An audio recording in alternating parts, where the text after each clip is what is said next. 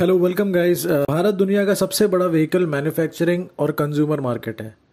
पूरी दुनिया में ईवी का रेवोल्यूशन चल रहा है। इलेक्ट्रिक व्हीकल का रेवोल्यूशन अभी शुरू हो चुका है और इंडिया में भी ये शुरू हो चुका है, पर इंडिया में इसे सफल बनाने के लिए बहुत सारे ऑब्स्टैकल्स इसमें हैं। भारत को एक ईवी कंट्री बनाने में बहुत सारी रुकावटें हैं। तो आइए चलिए क्या क्या रुकावटें हैं और इनके पॉसिबल सोल्यूशंस क्या है उन पर एक नज़र डालते हैं। तो पहली रुकावट जो है वो है high cost of electric vehicles. जो इलेक्ट्रिक व्हीकल्स इंडिया में अभी जो लॉन्च हुई है उनके प्राइसेस बहुत ज़्यादा हैं। इंडिया में 2021 में जो भी इलेक्ट्रिक कार्स अवेलेबल है अभी इस समय पे, उनकी कॉस्ट अगर पेट्रोल और डीजल कार से हम कंपेयर करें तो 30-40% इलेक्ट्रिक व्हीकल का कॉस्ट ज़्यादा है, इलेक्ट्रिक कार्स का कॉस्ट ज़्यादा है। उतने पैसे में अगर हम लोग एक पेट्रोल कार लेते तो हाई एंड सेगमेंट में हम लोग खरीद सकते हैं पेट्रोल कार। तो आखिर ये इलेक्ट्रिक कार्स का कॉस्ट ज़्यादा क्यों आता है? इसका जवाब है इसकी बैटरी जो बैकअप देती है इलेक्ट्रिक व्हीकल में, इसका कॉस्ट बहुत ज़्यादा होता है। इसका रीज़न है कि इंडिया में लिथियम बैटरीज ऑब्टेनेबल नहीं है। इंडिया अपना मैक्सिमम लिथियम चाइना से इंपोर्ट करता है। इंपोर्ट कॉस्ट महंगा होने से बैटरी कॉस्ट बढ़ जाता है और ओवरऑल जो इलेक्ट्रिक व्हीकल जो अभी इस टाइम पे हमें मिल रही है उसका कॉस्ट भी बढ़ा हुआ होता है। अब इस कॉस्ट फैक्टर का सोल्यूशन क्या है?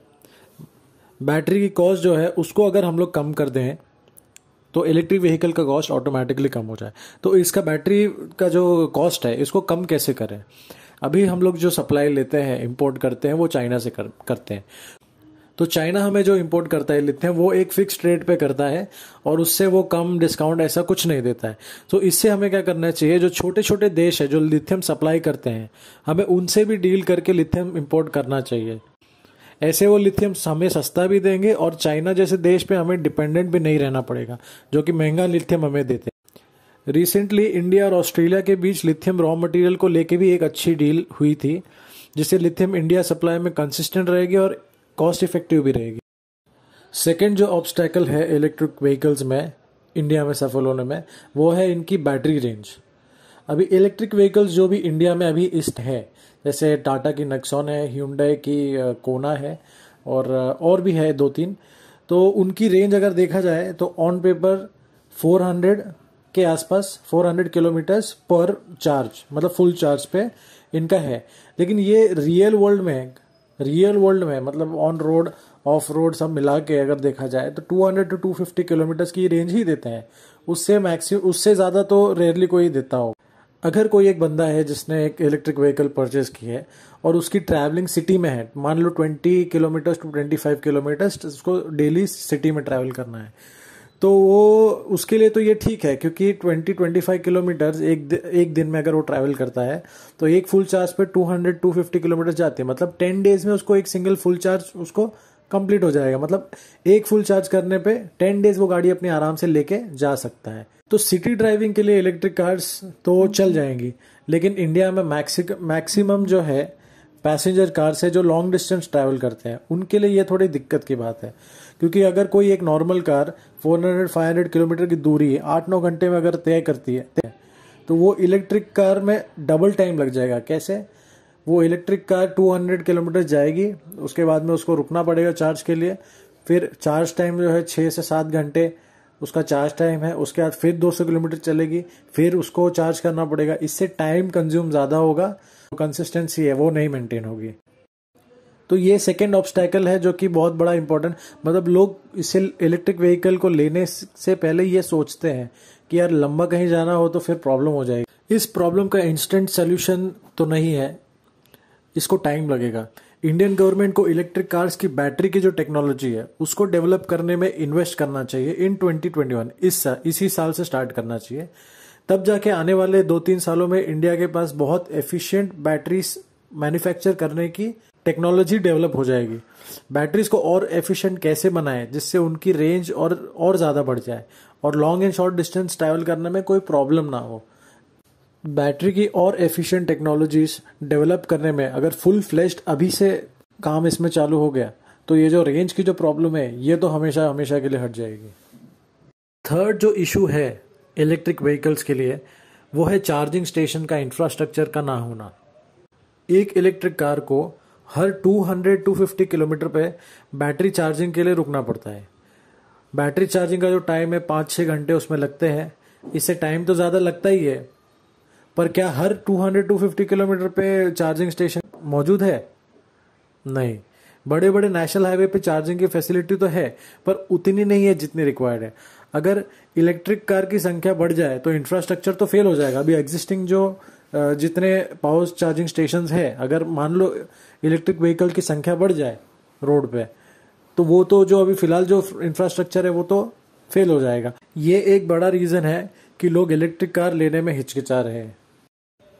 इसका सोल्यूशन ये है कि आने वाले सालों में इंडिया में इलेक्ट्रिक व्हीकल चार्जिंग फैसिलिटी जो है, जो इंफ्रास्ट्रक्चर डेवलप करना चाहिए।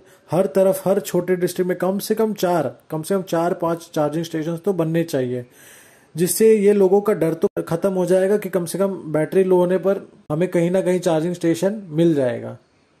लोग अपनी इलेक्ट्रिक कार लेके कहीं भी जाए, कम से कम उनको चार्ज करने के लिए चार्जिंग स्टेशन तो मिल जाएगा। टाइम ज्यादा लगेगा पर कम से कम मिल तो जाएगा। फोर्थ जो ऑब्स्टैकल है इलेक्ट्रिक व्हीकल्स इन इंडिया में, वो है ब्रेकडाउन। सबसे बड़ा डर लोगों के मन में ये है कि इलेक्ट्रिक कार लेके अगर हम लोग कहीं जा रहे हैं और मान लो रास्ते में गाड़ी खराब हो गई, बंद हो गई, तो क्या होगा? अब रास्ते में कोई एक मैकेनिक को तो बुला के हम लोग दिखा नहीं सकते गाड़ी की, भाई देखो यार प्रॉब्लम हो गई है, बिकॉज वो मैकेनिक तो ट्रेंड नहीं है इलेक्ट्रिक व्हीकल को ठीक करने में। तो उस समय, क्योंकि अगर उसने हाथ लगा दिया, कुछ गलत कर दिया, तो लेने के देने पड़ जाएंगे। तो इसका एक ही तरीका है कि आप कार कंपनी को कांटेक्ट करोगे, अपना लोकेशन उनको भेजोगे कि वो कहीं से आपको हेल्प करें। लेकिन ऐसा रेयरली होता है कि वो लोग आते हैं, अगर आते भी हैं तो टाइम पे नहीं आते, बहुत टाइम लगता है। तो ये एक डर है जिसके कारण लोग सोच रहे हैं कि अगर कहीं गाड़ी रास्ते में खराब हो गई, क्योंकि वो जो नेटवर्क है, जो सर्विस नेटवर्क है, वो इतना अभी अच्छे से फैला हुआ नहीं है इंडिया में। तो ये एक रीजन है कि लोग अभी इससे लेने में हिचकिचा रहे हैं।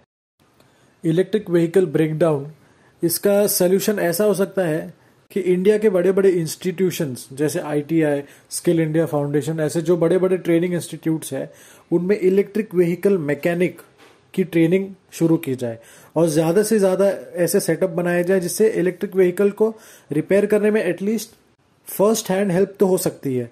जैसे बहुत सारे लोग हैं जो एग्जिस्टिंग मैकेनिक्स ही है, उन्हीं को free of cost electric vehicle की ट्रेनिंग दे, जिससे कि अगर कुछ हुआ तो कम से कम ये पता चले कि हाँ भाई मेजर प्रॉब्लम है या माइनर प्रॉब्लम है। छोटी मोटी अगर ऐसे प्रॉब्लम जो है वो सॉर्ट आउट अगर बेस लेवल पे हो जाए तो इससे बहुत फायदा होगा, लोगों का डर भी इससे हट जाएगा। इसके बाद जो कंपनी सर्विसेज हैं उनको एक डेडिकेटेड टीम तैयार करनी चाहिए। इनको अपना जो नेटवर्क है उसको और स्ट्रॉन्ग करना चाहिए, जिससे ब्रेकडाउन के केसेस को वो लोग एफिशिएंटली हैंडल कर पाए। जो लास्ट एंड फाइनल जो ऑब्स्टैकल है इंडिया में फॉर इलेक्ट्रिक व्हीकल्स, वो है इंडियन मेंटालिटी। जैसे इंडिया में कुछ ही लोग ऐसे होंगे जो नई टेक्नोलॉजी को आसानी से अपना लेते हैं। आज भी लोगों को सिर्फ यही पता है कि इलेक्ट्रिक व्हीकल क्या क्यों लेते हैं लोग, हाँ पोल्यूशन नहीं होता इसलिए। But the future is electric, we have to be ready to accept this. Indian mentality is like कौन लगेगा चार्जिंग की लाइन में, CNG पेट्रोल डीजल ये सब है ना, काम तो चल ही रहा है ना, तो क्यों ले इलेक्ट्रिक। इसीलिए इलेक्ट्रिक कार अभी भी उतनी सफल नहीं है भारत में। इसका कोई सोल्यूशन तो नहीं है। ये तो जब लोग धीरे धीरे इलेक्ट्रिक व्हीकल के फायदे समझेंगे तो अपने आप एडुकेट होंगे, अपने आप स्विच करेंगे इलेक्ट्रिक व्हीकल्स पे। The future is electric. I have seen many state governments use electric buses as public transport, which is a very good step. Step by step it is possible. तो ये थे कुछ obstacles और उनके possible solutions जिससे electric car future India में और सफल हो जाए। Have a nice day, take care, जय हिंद।